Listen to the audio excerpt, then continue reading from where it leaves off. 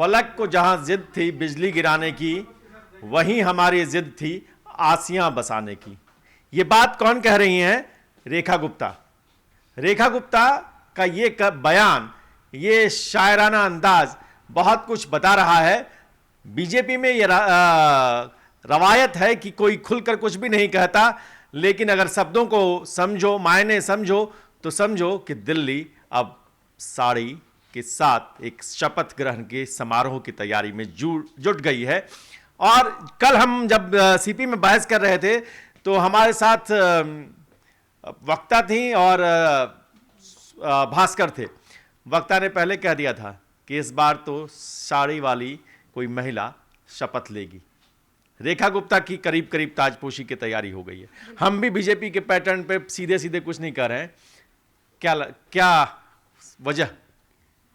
वजह एक तो कि जातिगत समीकरणों को साधती कहीं ना कहीं भारतीय जनता पार्टी नजर आ रही है। अपनी रणनीति के मुताबिक पंजाब, हरियाणा, मध्य प्रदेश को अगर ध्यान में रखें तो ऐसा ही कुछ हुआ था। और एक बार फिर से दिल्ली के साथ साथ पंजाब और तमाम बिहार, तमाम चीज़ों को साधने के लिए, जातिगत समीकरणों को साधने के लिए रेखा गुप्ता का नाम सामने आया है। क्योंकि कहा जा रहा है कि जो एक बड़ा वर्ग है जिसने प्रधानमंत्री नरेंद्र मोदी के नाम पर वोट किया, दिल्ली में भारतीय जनता पार्टी को जगह दी, 27 साल का सूखा खत्म किया, वो वैश्य समाज के ज्यादा से ज्यादा वोटर थे। इसीलिए वैश्य समाज से भी रेखा गुप्ता का नाम आता है। आरएसएस की तरफ से भी जोर देकर कहा गया है कि नाम रेखा गुप्ता का होना चाहिए। तो जाहिर तौर पर एक आशंका इस बात की भी बनती है कि कहीं ना कहीं जब आरएसएस नाम को लेकर इतना जोर दे रहा है तो रेखा गुप्ता की चांसेस और ज्यादा इसलिए भी बढ़ जाते हैं क्योंकि वो शालीमार से चुनाव भी जीती हैं, नई विधायक भी हैं, और नई विधायकों में से किसी को बनाने का चर्चा लगातार भारतीय जनता पार्टी कर रही है। और मैं कहूंगा कि न्यूज कॉरिडोर्स लगातार रेखा गुप्ता और उनकी टीम से के संपर्क में था,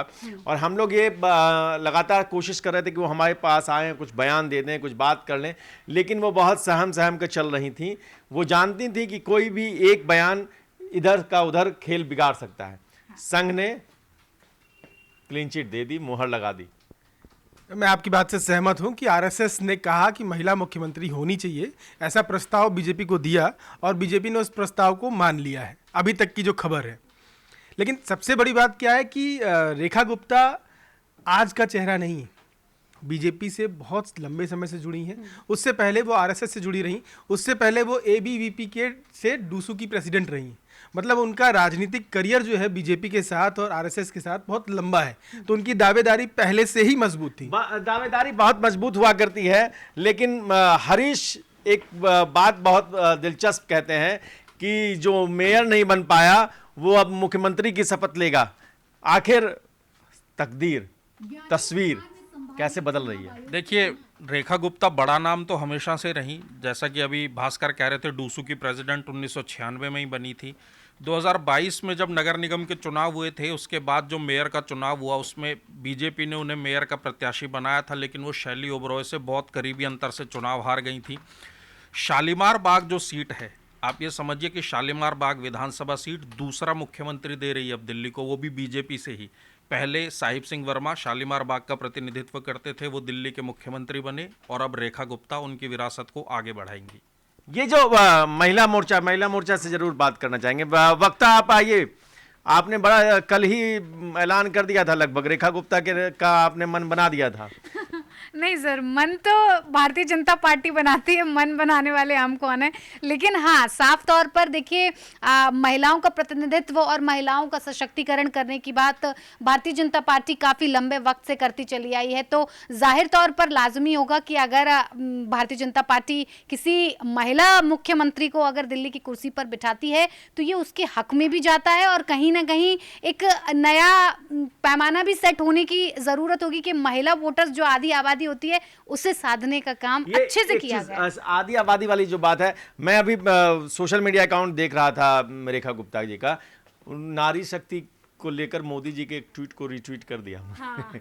ये जो है आप समझिए कि कहाँ सोशल मीडिया जो है ना वो इशारे बहुत करता है। रेखा गुप्ता ने भी कर दिया, नाम का ऐलान होगा, शपथ होगी, जो क्या होगा नहीं होगा आखिरी मोमेंट पे कोई टर्न ट्विस्ट कोई नहीं कह सकता।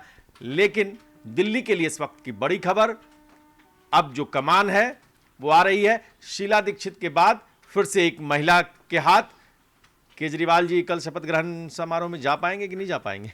निमंत्रण तो न्योता गया है न्योता गया है, तो पूर्व मुख्यमंत्री को बुलाने की प्रथा रही है, तो उस प्रथा में को बीजेपी हमेशा फॉलो करती है।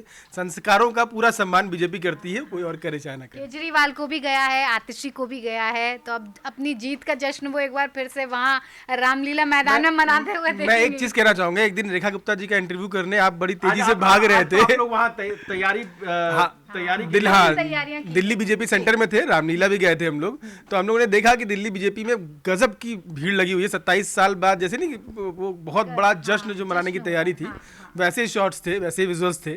और जब हम संजय मयूख जी उसके अंदर आ रहे थे तो हमने उनसे कोशिश की जानने की कि दिल्ली का मुख्यमंत्री कौन, तो मुस्कुराए और चले गए।